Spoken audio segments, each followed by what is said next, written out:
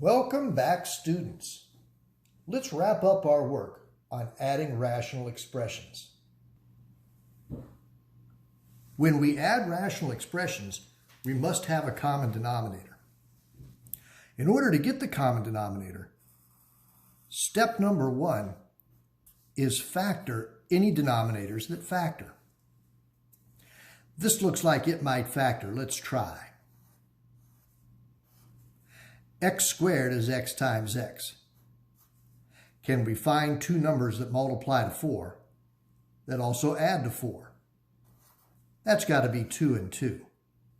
2 times 2 is 4. 2 and 2 will add to 4 if I make them both positive. Copy the numerator. This denominator doesn't factor, so we'll copy along with its numerator. Put this in parentheses if you like. Now let's get a common denominator.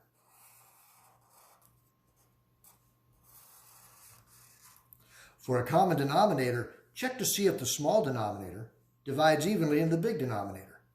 Clearly x plus 2 is contained in here. So I can use the big denominator as the common denominator.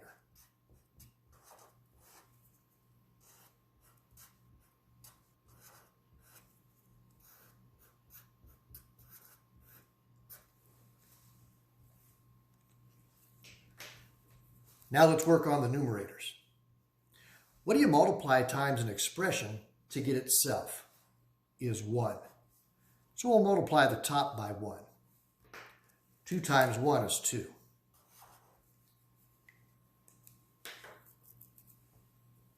To change this denominator into this denominator, well, this little denominator is being multiplied by another x plus 2. So we'll multiply the top by x plus 2. Let's distribute in the top. It's 1 times x and 1 times 2. That's 1 times x and 1 times 2. Rewrite with the common denominator of x plus 2.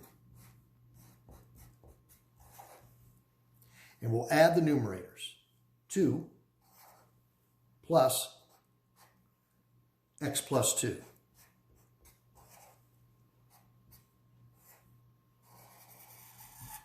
With the common denominator of x plus 2 times x plus 2, we'll combine like terms in the top. Copy the x, and 2 plus 2 is 4.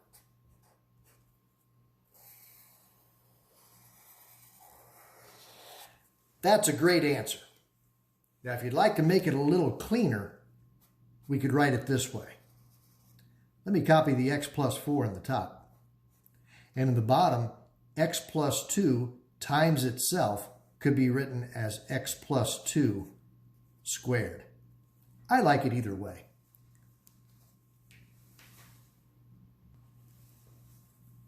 Let's try another example. Before we subtract, we'll need a common denominator. To get a common denominator, let's do some factoring first. This looks like it might factor. Let's try.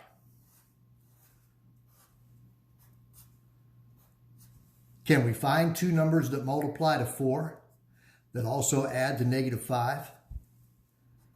4 could be 4 times 1. 4 and 1 will add to negative 5 if we make them both negative. Copy the numerator. This denominator doesn't factor, so we'll copy. And the numerator. Now let's rewrite this problem with a common denominator. I'll put my x minus 4 here in parentheses. To get a common denominator, see if the small denominator divides evenly in the big denominator. See how x minus 4 is contained in this denominator? Since the small denominator divides into the big denominator, the big denominator can be the common denominator. We'll use x minus 4 times x minus 1 as the common denominator. Now let's work on the numerators. What do you multiply times an expression to get itself? Is 1. So we'll multiply the top by 1.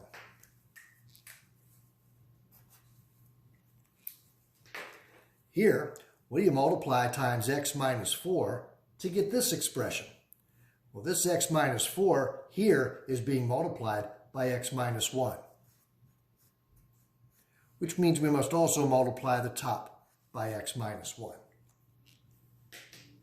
Now let's distribute. 2 times x, 2 times negative 1.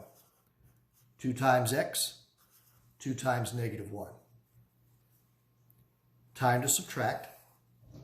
Common denominator, x minus 4 times x minus 1. When I subtract the numerators, it's 7.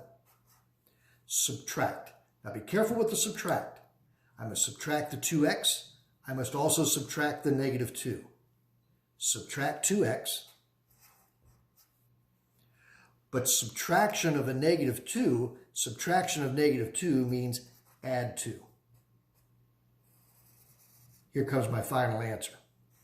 I'll copy my common denominator. And in the numerators, combine like terms. I'll copy the negative 2x and combine 7 and 2. That's beautiful. When you work these, start by copying the problem, show me the factoring, get the common denominator, do the subtraction, and simplify. That looks great. Let's try one last example. We're trying to add fractions, so start by factoring the denominators.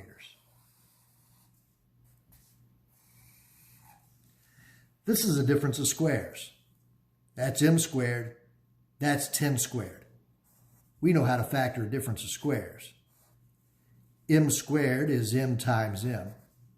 The square root of 100 is 10. That's 10 times 10. Make one plus, make one minus. This is already in its factored form, so we'll just copy. Copy the numerator, copy the numerator. Now let's figure out good common denominators. I checked to see if this is in here, and it is. M plus 10 is in both of them. So I can use m plus 10 and m minus 10 in my common denominator. However, I've also got this 2, which is not in here. So I need to multiply everything with the 2 as well. I need a 2 in my common denominator. I need an m plus 10 in my common denominator. I need the m minus 10 in my common denominator. That's a lot. Now let's get the numerators. What do you multiply times this denominator to get this denominator? The common denominator has a 2 being multiplied that was not back here. I'm multiplying by 2. I should multiply that top by 2. 2 times 70 is 140. What do you multiply times this denominator to get this denominator? Well, this denominator, compared to this one, this has an m minus 10. I must be multiplying this by m minus 10. Match that in the top. And distribute. 7 times m, 7 times negative 10. There's 7 times m and 7 times negative 10. Now let's rewrite and add with the common denominators. Here's my common denominator.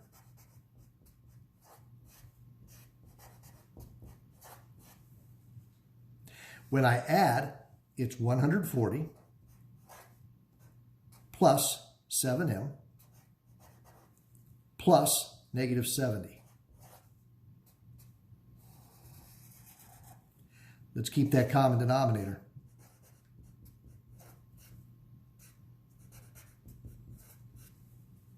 And combine like terms. I'll copy the 7m And 140 minus 70 is 70. Now that's a very good answer. I might take that for full credit, but let's see if we can simplify it even a little bit further. If we're really crafty, we'll notice that this numerator can factor. Let's copy the common denominator.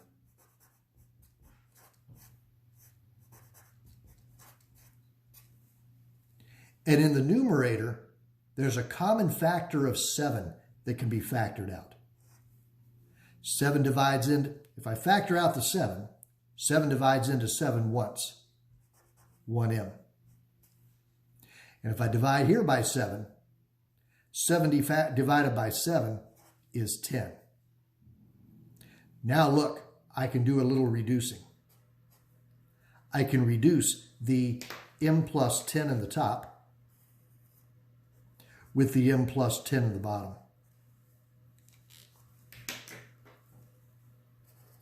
In the top, I have 7 times 1. And in the bottom, I have 2 times 1 times m minus 10. That's complicated, fancy stuff. If you can make it all the way to there, well, gosh, you're some kind of genius. That's great work. Make this answer your goal. If you can get to here, wow, that's great.